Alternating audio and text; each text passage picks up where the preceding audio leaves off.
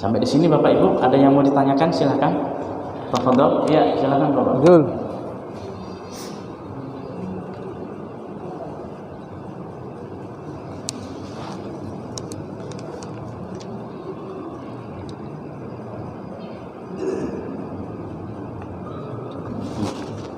Saya ingin tanyakan, karena kita ini kan ada 4 mazhab.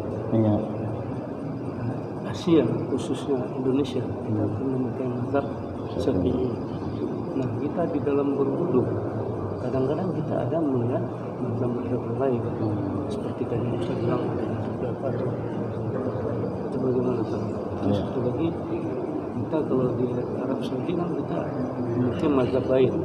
Nah, ternyata di sini kita ada juga orang yang memakai seperti itu asal tidak menimbulkan syahwat. Ya.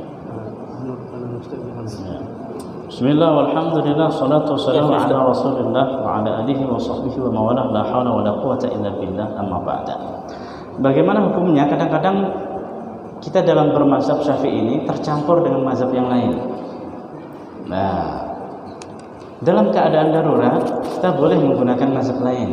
Misalnya saat kita umroh haji, orang terlalu banyak sehingga berdesakan ketika tawaf, bersentuhan kita dengan wanita bukan mahram. Nah, ini hukumnya sah. Akan tetapi dalam mayoritas amal kita menggunakan satu mazhab saja. Artinya yang pakai mazhab Syafi'i, betul? Mazhab Hanafi, betul? Maliki, betul? Hambali juga betul. Makanya dari 4 mazhab ini Bapak Ibu, ini mereka semua guru dan murid. Imam Hanafi gurunya Imam Malik, Imam Malik gurunya Imam Syafi'i, Imam Syafi'i gurunya Imam Hambali. Mereka punya mazhab masing-masing. Tapi satu hal yang kita mesti belajar, apa itu? Keempat mazhab ini meskipun guru dan murid, meskipun punya pemahaman yang berbeda, mereka nggak pernah berantem Bapak Ibu. Debat aja nggak pernah.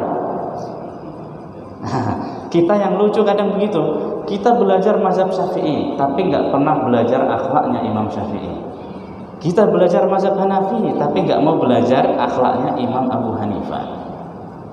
Imam Syafi'i pernah sholat di perkampungan yang di situ masyarakatnya bermazhab Imam Abu Hanifah, dan di kampung itu pula ada kubur atau makam Imam Abu Hanifah. Imam Syafi'i dipersilakan untuk menjadi imam sholat subuh. Kemudian selesai sholat subuh, salam, langsung didatangi sama jemaah. Tuan Imam, Tuan kan memfatwakan sholat subuh pakai kunut. Tapi kenapa tadi Tuan sholat subuh kok nggak pakai kunut? Kata Imam Syafi'i, ikraman li sahibil qabr. Saya menghormati, memuliakan pendapat penghuni kubur ini. Maksudnya pendapat Imam Abu Hanifah. Artinya apa? Dalam kondisi tertentu, nah tidak masalah. Tapi tidak dalam semua hukum. Tapi dalam kondisi tertentu hukumnya boleh. Makanya untuk bisa mengetahui kita mesti belajar. Sehingga nanti kita tidak saling menyalahkan. Macam kita mau ke Nagoya, jalan ke Nagoya bisa lewat Tibang, bisa lewat Bengkong, bisa lewat Batu Ampar, sama. Begitu juga dalam 4 mazhab ini. Dan 4 mazhab ini semuanya merupakan salafus soleh. Mereka hidup di 3 abad pertama yang disebut oleh Nabi khairul quruni qarni, sebaik-baik generasi di zamanku, kata Nabi. Summal ladina yalunahum, lalu 1 abad berikutnya. Summal ladina yalunahum, lalu 1 abad berikutnya. 3 abad Islam. Nah, jadi pembelajaran untuk kita semua Bapak Ibu. Sekarang misalnya ini kadang kita beda organisasi aja sekarang, kadang-kadang umat Islam nggak mau akur, sulit mau akur, baru beda organisasi, beda baju, 1 batik, 1 koko, 1 jubah, 1 gamis. Ini kadang-kadang kita nggak akur. Nah ini keliru Bapak Ibu. Kita mesti satu, sebab Islam itu rahmatan lil alamin. Nah, jadi kalau misalnya kita mau wudu, kemudian ini kita di sini di Indonesia mayoritas bermazhab Syafi'i, kita belajar mazhab Syafi'i seperti apa. Kemudian kita belajar mazhab Hanafi seperti apa, sehingga nanti kita tidak saling menyalahkan. Oh, ini ada saudara kita misalnya dari kelompok ini. Oh, ternyata hukum yang dipakainya sesuai pemahaman Imam Abu Hanifah. Oh, ini hukum ini sesuai pemahaman Imam Syafi'i. Ini hukum ini sesuai pemahaman Imam Malik. Jadi keempat-empatnya sah Bapak Ibu. Jadi mengikuti salah satu dari 4 mazhab. Ini akidah Ahlus Sunnah wal Jamaah. Oke? Nah, jadi hukumnya oke ya, sah, boleh. Ada lagi yang mau ditanyakan? Silakan. Ya, Bapak. Assalamualaikum warahmatullahi wabarakatuh. Waalaikumsalam. Tentang basuh kaki. Banyak orang saya juga basuh kaki itu yang bahasa saya Pak. Tapi dari itu. Yang kedua, bagaimana caranya kita mengambil air wudhu di kamar mandi karena di situ ada toilet. Iya. Yang ketiga, apakah kita setelah bekam harus ambil wudhu? Apa ambil wudhu sah tidak? Terima kasih. Iya. Assalamualaikum warahmatullahi wabarakatuh. Waalaikumsalam warahmatullahi wabarakatuh. Bismillah, walhamdulillah, salatu wassalamu ala rasulillah wa ala alihi wa sahbihi wa ala Yang pertama, ketika kita membasuh kaki mesti digosok. Kalau tidak digosok, wudunya makruh. Dan kalau ternyata ada sesuatu yang melapisi pori-pori kulit dan besar, misalnya cat atau minyak dan sejenisnya, wudunya jadi tidak sah. Kecuali kita sudah berusaha menghilangkan, tak bisa hilang, jangan dipaksa, nanti terkopai kulitnya.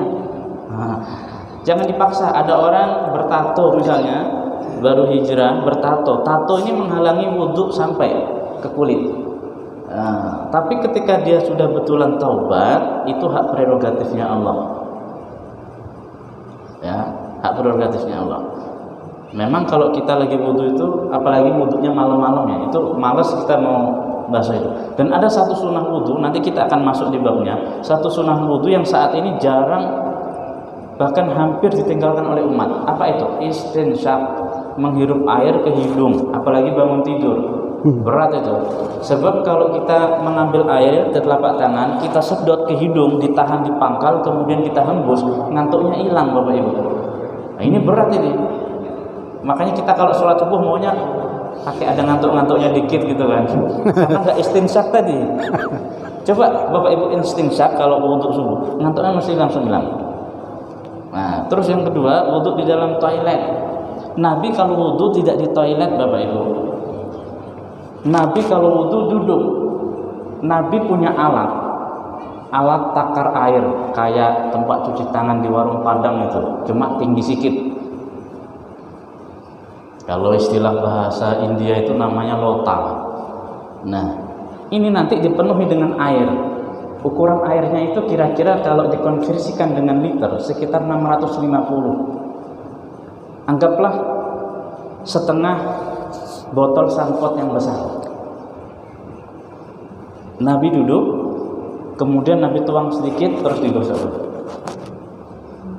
Jadi Nabi seumur hidup wudhunya tertakar.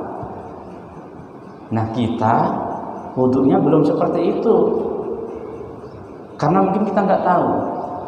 Makanya Allah berfirman dalam Al-Quran bahwa innal mubadzirina kanu ikhwana syayatin wa kana syaitanu li rabbih kafura. Sesungguhnya pelaku boros, pelaku israf, pelaku mubazir itu ikhwan. Ikhwan itu saudara, saudaranya setan. Allah nggak sebut temannya setan, tapi langsung jadi adik-beradiknya setan. Langsung jadi saudaranya setan, pelaku boros. Jadi Nabi ketika wudhu itu wudhunya terukur sampai akhir hayat. Kita kadang-kadang mentang-mentang air gratis, deras, langsung kerannya dibuka full, itu pun masih ngobrol sama kawan. Macam mana gini nih? Ini kalau kita ambil satu ember cat habis ini. Terus kita berharap sholatnya khusyuk. Terus kita berharap sholatnya punya efek dalam kehidupan. Wong wudhunya saja kita sudah dicap sebagai saudaranya setan. Nah, jadi mulai dari sekarang kita wudhunya kalau pakai keran kecil aja, tak usah boros-boros, hemat juga ini jadinya. Gitu. Asal jangan disetel aja. Nanti disetel sama pengurus, ini airnya dibikin kecil, nah ini repot juga nanti. Tapi kita memanfaatkannya. Dan wudhu dalam toilet, ketika di situ banyak najis, hukumnya makruh. Makanya tempat wudhu dipisah, mana toilet, mana tempat wudhu. Dan Nabi itu wudhunya duduk. Nabi duduknya wudhunya beliau duduk. Kemudian yang terakhir ya, soal masalah bekam ya. Jadi bekam itu ada orang memahami bekam itu sebagai alat. Ya, pakai alat itu ya, ketika dibekam ya seperti itu. Tapi ada orang memahami bekam bukan alat tapi fungsi. Sebab fungsi bekam itu apa? Menjaga kebersihan darah. Jadi kalau ada orang sedang melakukan terapi, meskipun bukan bekam, misalnya dia jaga makan tertentu, pengobatan cuci darah melalui herbal, ya, makan makanan tertentu, ini termasuk bekam. Sebab bekam dilihat dari tujuannya, bukan dilihat dari alatnya. Sama seperti siwak. Nah, siwak itu nanti kita masuk di bab sholat Jumat, itu ada disebut di dalam kitab ini Fathul Bari Syarah Sahih Bukhari, bahwa penulis kitab Fathul Bari ini Syekh Ibnu Hajar Al-Asqalani beliau mengatakan bahwa as-siwaku huwal alat.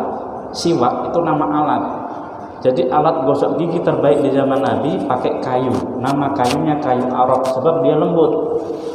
Digigit-gigit mudah berserabut. Nah, serabut itu nanti akan membersihkan kotoran pada gigi, dan getah yang ada pada kayu arok membuat nafas jadi harum. Nah, sekarang kalau orang sikat gigi pakai pasta gigi, Pak, apa ini dapat pahala sunnah? Dapat, sebab dia merupakan alat. Jadi alat gosok gigi terbaik di zaman Nabi masih kayu. Nah, sekarang alat gosok gigi terbaik sudah tidak lagi menggunakan kayu. Sama dengan kendaraan. Kendaraan terbaik di zaman Nabi kuda kalau untuk laju kecepatan. Sekarang kendaraan terbaik bukan lagi kuda. Ada Bapak Ibu yang pelihara kuda? Mau ke Nagoya pakai kuda? Ada? Enggak kan? Karena desain. Jadi sunnah itu terletak pada amal Bapak Ibu, bukan pada desain. Desain ini akan berubah dari waktu ke waktu, dari zaman ke zaman. Jadi nanti kita tidak perlu ribut soal desain ini. Kita saling, oh ini enggak sunnah, ini apa segala macam. Jadi desain itu begitu Bapak Ibu. Nah, jadi mau wudu boleh, enggak wudu juga enggak apa-apa, dan itu tidak ada tuntunannya.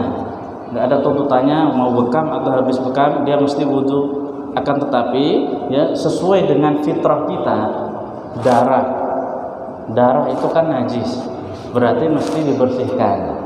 Nah, salah satu cara membersihkan darah ya dengan membasuh. Misalnya kita nggak mandi tapi kita basuh, atau kita minta tolong orang, ya, bagian tubuh kita yang keluar darahnya karena dia di belakang, kita minta tolong sama orang supaya dibersihkan, ini sudah cukup. Mandi boleh, membersihkan saja juga boleh. Ini sifatnya pilihan. Oh, ini mepet Pak, nggak bisa ini. Kalau mandi lama ini, sebab mau ada urusan yang lain. Silakan sah saja. Ada lagi yang bertanya? Yang terakhir, ya. Di dalam majelis ilmu, pemateri sedang menyampaikan materinya tapi belum selesai. Waktu Isra masuk, apakah sholat Isra dulu atau diteruskan majelis ilmunya? Gimana adabnya Ustaz? Iya. Jadi yang terbaik adalah misalnya waktu Isra misalnya jam 6. Nah, sebaiknya setiap pemateri dikasih informasi, Ustaz nanti kita sampai Isra. Cuma kadang-kadang waktu itu muter ya.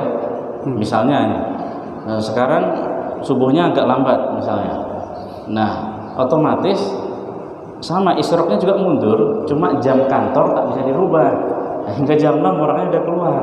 Nah, kalau untuk jam kantor nah silahkan, tapi kalau untuk waktu isrok ya, nah waktu isrok itu masih bisa untuk ditunaikan. Jadi isrok itu, waktu isrok itu bukan pas waktu itu sedang isrok, 1 menit itu aja waktu isroknya, bukan. Makanya Abdullah bin Abbas di dalam kitab Bidayatul Mujtahid beliau mengatakan bahwa sholatul isyraq sholatul duha. Sholat isra itu ya termasuk sholat duha. Artinya ketika isyraq misalnya ini pas isyraqnya jam 6:10, kita jam 6:15, jam 6:20, ini juga termasuk bagian dari isyraq. Selagi matahari belum condong, belum naik agak panas, jam 8 itu sudah bukan isyraq lagi. Nah, sekarang nanti selesai ini Ya, kita sama-sama sholat Isra. Oke? Maksudnya apa adabnya tadi? Iya. Karena ada yang melakukan Isra, ada yang masih mendengar. Iya. Oh, adabnya. Adabnya kita tunggu dulu majelis itu selesai. Nah, ini. Baru kemudian kita melaksanakan sholat Isra. Jadi majelisnya dulu selesai. Adab dulu. Sebab dalam ayat surat Al-Mujadalah ayat 11, Allah Subhanahu wa taala berfirman, "Ya ayyuhalladzina amanu idza qila lakum tafassahu fil majalisi fafsahu yafsahillahu lakum."